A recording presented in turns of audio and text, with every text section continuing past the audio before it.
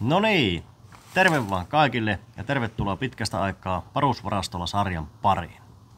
Meillä olisi kaverin kanssa tarkoituksena pari viikon päästä lähteä pienelle hiihtoreissulle. Ja ollaan telttamajoituksessa siellä ja ajattelin sitten, että kun avomaissa liikutaan, niin semmonen ahkion päälle tuleva telttapussi olisi oikein hyvä. Ja koska sen verran ollaan teissä itse miehiä, niin totta kai semmonen lähdettiin itse tekemään. Ja tällä videolla me ommellaan tämmönen telttapussi ja laitellaan teltta sitten reissukuntoon valmiiksi. Että asennetaan telttaan routamatto tuonne teltan pohjalle ja kääritään teltta sitten valmiiksi rullalle silleen, että siinä niin kaaret on puoliksi asennettuna. Että sitten reissussa meillä on teltta valmiina pakettina ja helppo ja nopea pystyttää sitten. Mutta tervetuloa videon pariin ja tervetuloa völjään.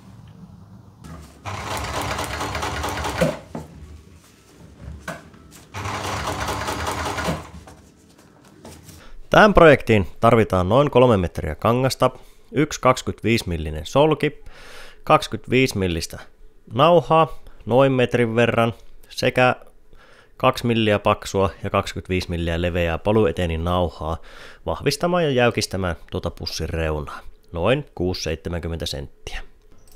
Aloitin mittaamalla noin 225 senttisen suikaleen tuosta kankaasta,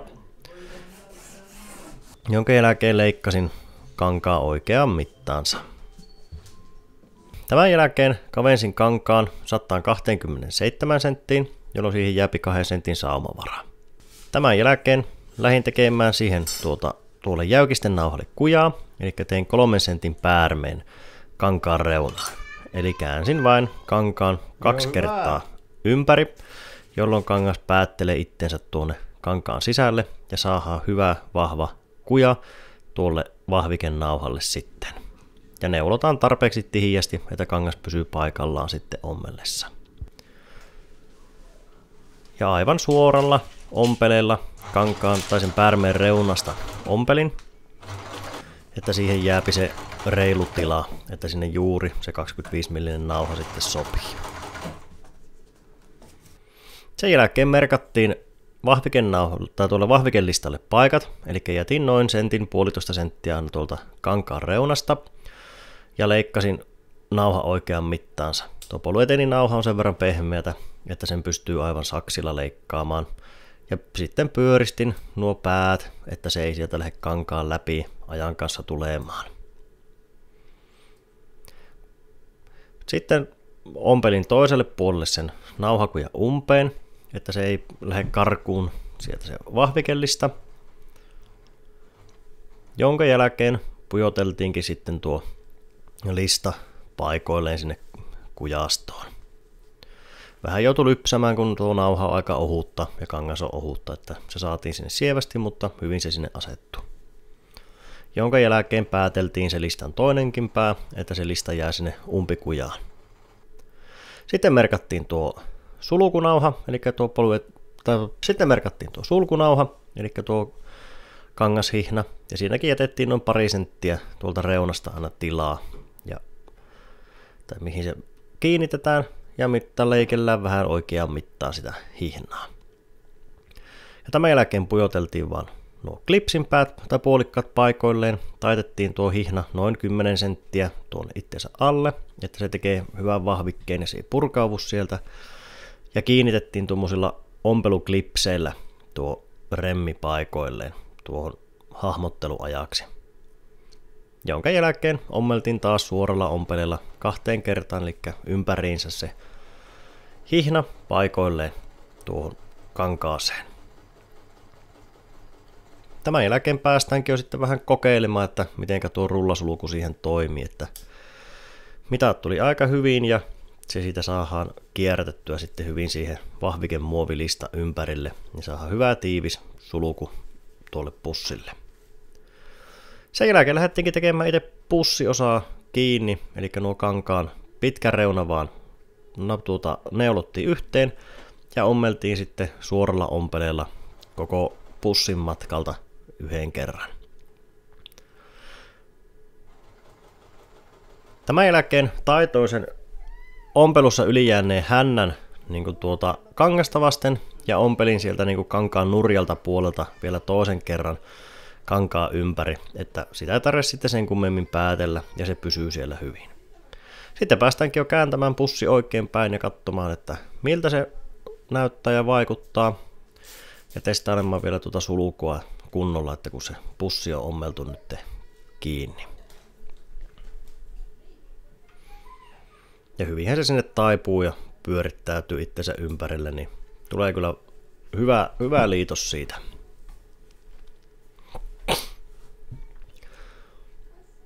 Tuossa ommellessa näkyy hyvin, että kun se on 2 kerran ommeltu, mutta en siinä hoksannut vähän sitä kangasta suoristella tarpeeksi, niin jäi tullut ryttyyn ja pusseja. Niin ommellaan vielä niin kuin tuolta kankaa oikealta puolelta 1 kerran se lerpake kiinni, että siihen tulee siisti tai siistimpi sauma. Meidän tuo nyt siisti ole, mutta ei ole mitään niin kuin semmoisia heiluvia tai irtonaisia kankaan repaaleita. Tämän jälkeen lähdetään leikkaamaan sitten tuo pohjapalanen, eli pohjahalkasia on noin 40 senttiä, niin otin tuommoinen 20 senttiä pitkän narun pätkän, laitoin sen neulalla kiinni tuohon kankaaseen ja piirisin sen sitten kynällä tai kynäharppia käyttäen tuo ympyrän siitä ja siihenkin jätetään semmoinen 2 senttiä saumavaraa ja leikataan se pohjapalanen sitten irti. Sen jälkeen neulotaankin vaan tuo pohjapala paikoilleen, eli käännetään taas tuo pussi niin kuin väärinpäin nurjalle puolelle, neulotaan nurjat puolet vastakkain.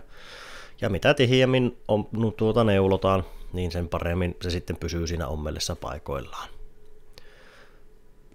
Ja siinä näkyykin, että ihan muutaman sentin välein on neulaa laitettu ja ei haittaa, vaikka se vähän jääpikin ryttyy siihen.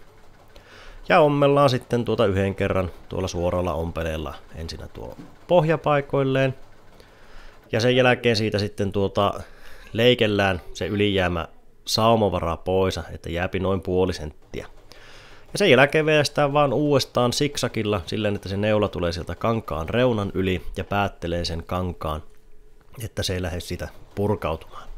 Tuohon oli tarkoituksena ensinnä kanttinauha ommella, mutta tilasinkin väärää nauhaa siihen, niin se ompeli sitten tuolla siksakilla.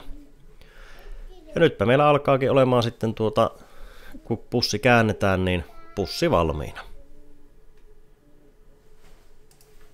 No niin, nyt meillä on tämä telttapussi ommeltu valmiiksi. Ja seuraavaksi lähdetään valmistelemaan tämä paketti reissua varten.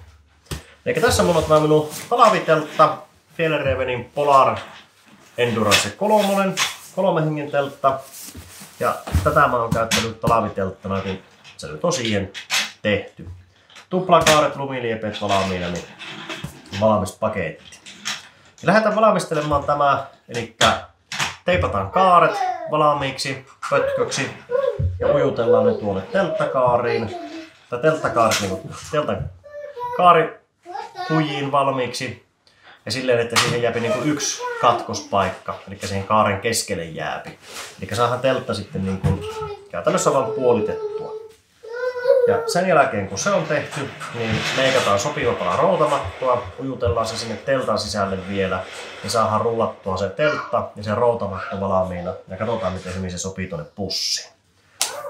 1, 2, 3, 4, 5, 6, 7, 8. Eli 4. liitoksesta teipataan. 1, 2, 3, 4. Katsotaanpa mistä tuosta se taitaa mennä aika lailla puoliksi. Tuosta kaarista. Yes. Eli tuo jätetään auki ja muut teipataan. Ehkä ihan vaan ilmastointiteipillä. Tämä on ensimmäinen kerta mullekin kun mä näin teen. Mutta mennään ihan sillä tiedolla mitä olen lukenut ja nähnyt. Teipataan vaan niin kuin nämä kaikki muut kaaren paikat. Että ne ei siellä niin kuin eivät irtoile. Eli ne saa jäädä sitten niin kuin kiinteiksi.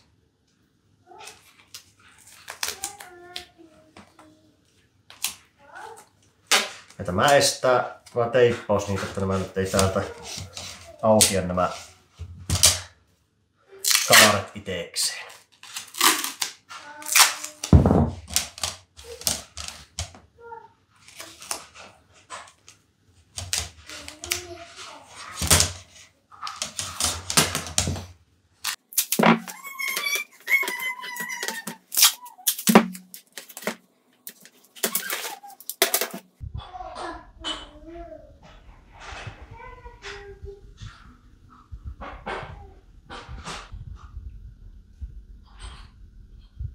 Nyt meillä olisi niinku telttakangas tässä yhdisteltynä, niin sittenpä ei oikeastaan meillä on, kun lähdetään pujottelemaan kaaria paikoilleen.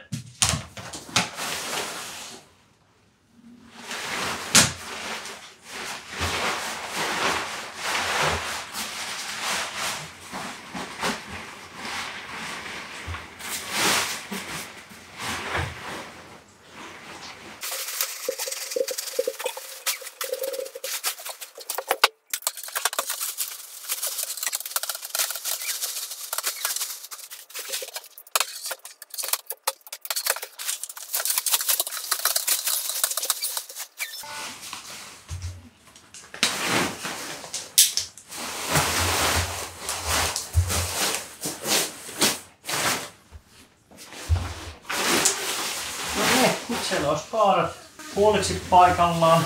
Nyt kun ekaa kertaa tämän teen, niin jätän nämä lopun kaaren tänne niin ulkopuolelle. Jolloin sitten tätä telttaa pystyttäessä, niin mulla on helppo vaan niin yhdistää nuo ja nostaa pystyyn tuon teltta. Sinulla ei leikata. Eikö leikata? Leikataan. Joo. Au. Siinä tuli siitä. Siinä tuli siitä. Tää työ. Tää työ ei poikki.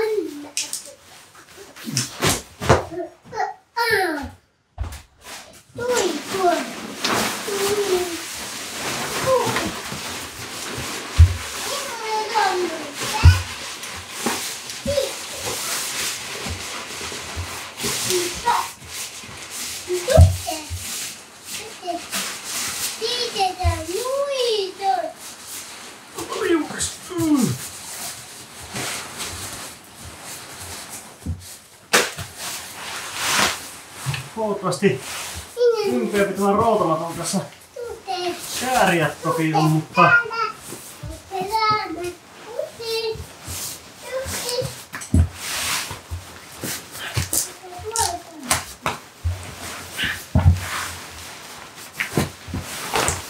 no ne.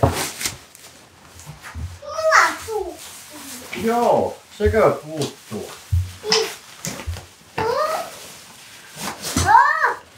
Oh.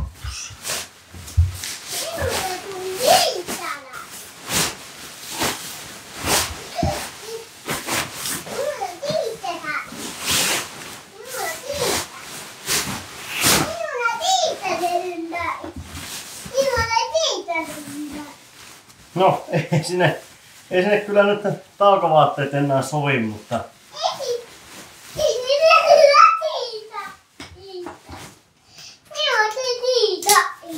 teltta sinne sopii oikein mukavasti.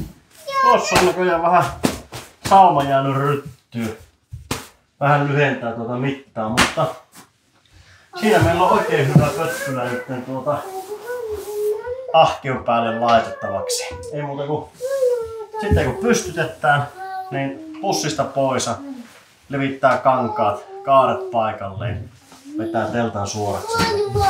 Se on sitten siinä. Onhan se aika massiivinen pötkylä toki laittaa ahkion päälle, mutta onhan tulossa routamattomo erikseen siinä muutenkin. Ja sitten telttapussissa tai ahkiopussissa teltta, niin siinä on 2 erillistä pötköä, niin nythän ne sopii tässä niinku molemmat tänne kerralla, niin ne on kaikki valmiina. Ei tosiaan kovin kummonen projekti ole itse kullakin ommella ja hyvin vähäisillä työkaluilla onnistuu tämäkin valmistaa itselleen. Ja routamattoa pitäisi saada rautakaupoista metritavarana, että se on kyllä hyvä lisää tällä niinku talvitelttailussa. Mutta tämä pötkylä nyt on valmiina talviseikkailuja varten, että täytyy tehdä vielä toinen versio pikkusen pitempi tästä, että saa se onnistumaan semmosena kuin olisi niinku tarkoitus ollut. Mutta kyllä tämä nyt niinku telttapussin virkaa oikein mainiosti. Mutta mepä täällä ruvetaan lopettelemaan tätä hommaa tältä päivältä ja pitää ruveta siivoamaan täältä tämä kaikki törky pois on, niin palaillaanpa sitten seuraavassa videossa uudestaan. Ei muuta kuin morjens!